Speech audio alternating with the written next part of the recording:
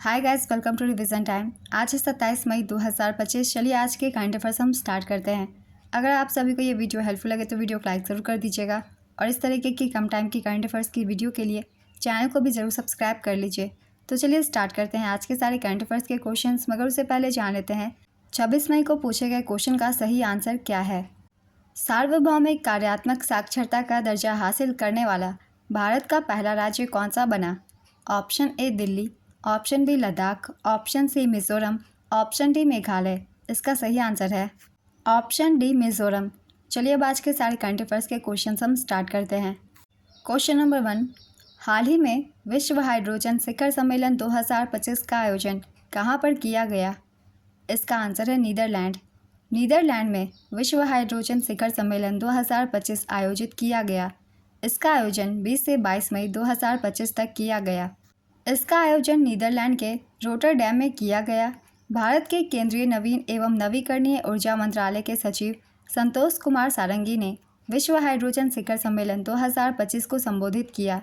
भारत ने 2047 तक ऊर्जा स्वतंत्रता प्राप्त करने और 2070 तक शुद्ध शून्य कार्बन उत्सर्जन तक पहुंचने का लक्ष्य रखा है। नीदरलैंड की राजधानी है एम्स्टर्डम, मुद्रा है यूरो, प्रधानमंत्री का नाम है डीक स्कूफ। नेक्स्ट क्वेश्चन, 22 मई 2025 को प्रधानमंत्री नरेंद्र मोदी ने कितने अमृत स्टेशनों का वर्चुअल उद्घाटन किया? इसका आंसर है 103। प्रधानमंत्री नरेंद्र मोदी ने कर्नाटक में 5 सहित 103 अमृत स्टेशनों का उद्घाटन किया। ये उद्घाटन 22 मई 2025 को किया गया। प्रधानमंत्री नरेंद्र मोदी ने कर्नाटक के मुनीराबाद, बागलकोट, गडक, गोकक रोड और धारवाड़ सहित 103 अमृत स्टेशनों का वर्चुअली उद्घाटन किया। ये स्टेशन 18 राज्यों और केंद्र शासित प्रदेशों के 86 जिलों में फैले हुए हैं, जिन्हें अमृत भारत स्टेशन योजना के अंतर्गत 1100 करोड़ रुपए से अधिक की लागत से विकसित किया गया है। नेक्स्ट क्वेश्चन, हार्ट लैम्प पुस्तक की लेखिका कौन है जिन्हें अंतर्राष्ट्रीय बुकर पुरस्कार 2025 प्राप्त हुआ है? इसका आंसर है बानो मुश्ताक। भारतीय लेखिका, वकील और कार्यकर्ता बानो मुश्ताक ने अपनी पुस्तक हार्ट लैम्प के लिए अंतर्राष्ट्रीय बुकर पुरस्कार 2025 जीता है। कन्नड़ भाषा में लिखी गई यह पहली किताब है जिसे यह प्रतिष्ठित पुरस्कार हासिल हुआ है। हार्ट लैम्प की कहानियों का अंग्रेजी में अनुवाद दीपा भास्कर ने किया है। नेक्स्ट क्वेश्चन, भारत के पहले महावत गांव का उद्घाटन किस राज्य में किया गया है? इसका आंसर है तमिलनाडु में। महावत एक ऐसा व्यक्ति होता है जो हाथियों की देखभाल करता है, उन्हें प्रशिक्षित करता है और उनके साथ सवारी करता है। तमिलनाडु में भारत के पहले महावत गांव का उद्घाटन हुआ है। यह गांव तमिलनाडु के नीलगिरी जिले में स्थित मधुमलाई टाइगर रिजर्व के थेप्पाकाडु हाथी शिविर में बनाया गया है। यह गांव भारत का पहला ऐसा गांव बना है जहां हाथियों की रखवाली करने वाले महावतों के लिए विशेष आवासीय परिसर बनाया गया है। थेप्पाकाडु हाथी शिविर एशिया का सबसे पुराना हाथी शिविर है जिसे ब्रिटिश काल में शुरू किया गया था। नेक्स्ट क्वेश्चन, कौन सा देश 2025-26 के लिए एशियाई उत्पादकता संगठन का अध्यक्ष बना? इसका आंसर है भारत। भारत वर्ष 2025-26 के कार्यकाल के लिए एशियाई उत्पादकता संगठन का अध्यक्ष बना।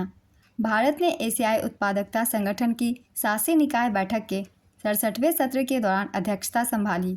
67वें सत्र का आयोजन 20 से 22 मई 2025 तक इंडोनेशिया के जकार्ता में किया गया। एशियाई उत्पादकता संगठन यह एक अंतर सरकारी संगठन है। इसकी स्थापना 1961 में हुई थी। इसका मुख्यालय जापान में है और सदस्य देशों की संख्या है 21। वर्तमान महासचिव है डॉक्टर इंद्रप्रदना सिंगाविनाटा जो कि इंडोनेशिया से हैं।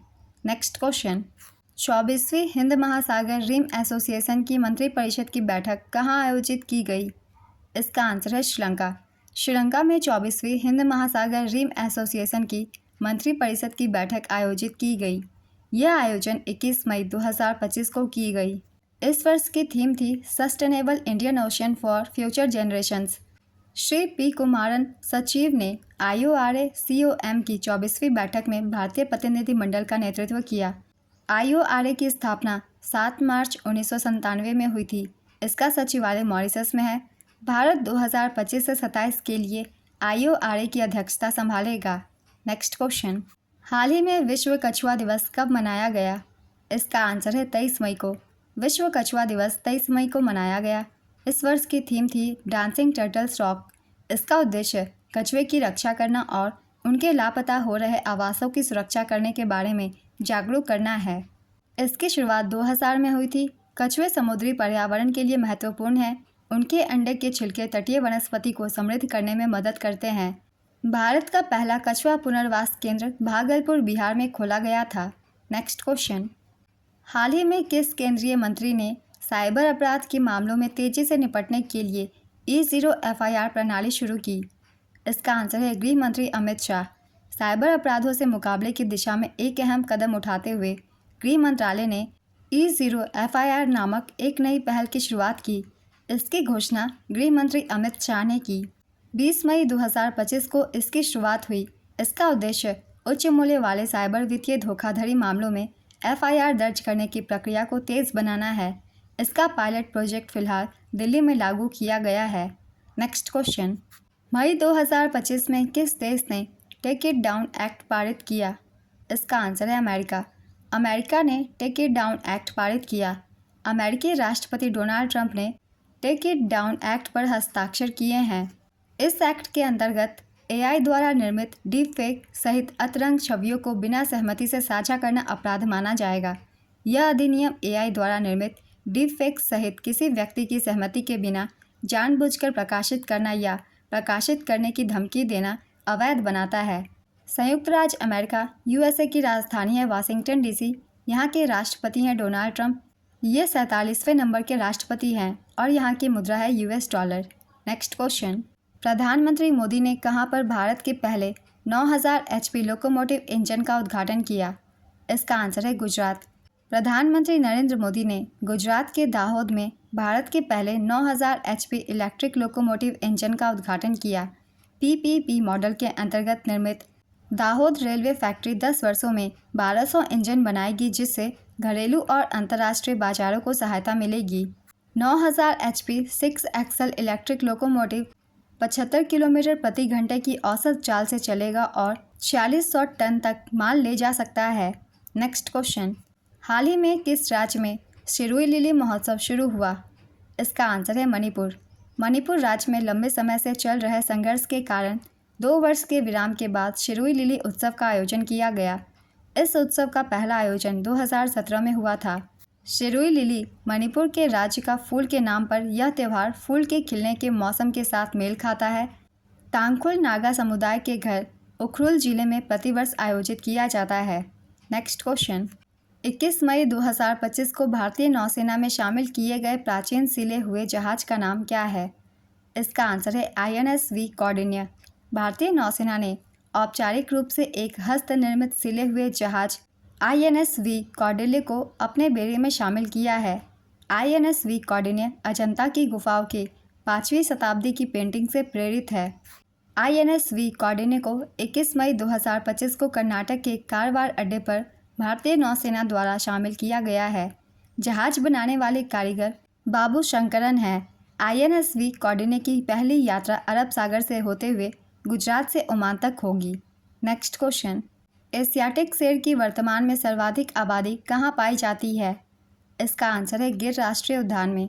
गुजरात के मुख्यमंत्री भूपेंद्र पटेल ने शेरों की गिनती के बाद नए आंकड़े जारी किए हैं। गुजरात में साल 2020 में 674 शेर थे, जो अब बढ़कर 891 हो गए हैं। एशियाटिक शेर की वर्तमान में सर्वाधिक आबादी भारत के गुजरात राज्य के गिर वन राष्ट्रीय उद्यान में पाई जाती है। यह भारत के गुजरात में स्थित और एशियाई शेरों का एकमात्र प्राकृतिक आवास है। तो आज के सारे करंट अफेयर्स के क्वेश्चंस कंप्लीट होते हैं। चलिए अब आज का क्वेश्चन देखते हैं क्या है। गिर राष्ट्रीय उद्यान किस राज्य में स्थित है? Option A Gujarat, option B Chhattisgarh, option C Assam, option D Rajasthan. अपना आंसर गेस कीजिए या फिर कमेंट बॉक्स में दीजिए। अगर आप सभी को ये वीडियो हेल्पफुल लग रही हो तो इसे लाइक ज़रूर कर दीजिएगा और इस तरीके की कम टाइम की करंट अफेयर्स की वीडियो के लिए चैनल को भी ज़रूर सब्सक्राइब कर लीजिए। तो फिर मिलते हैं अगली वीडियो के साथ। आप सभी को थैंक यू।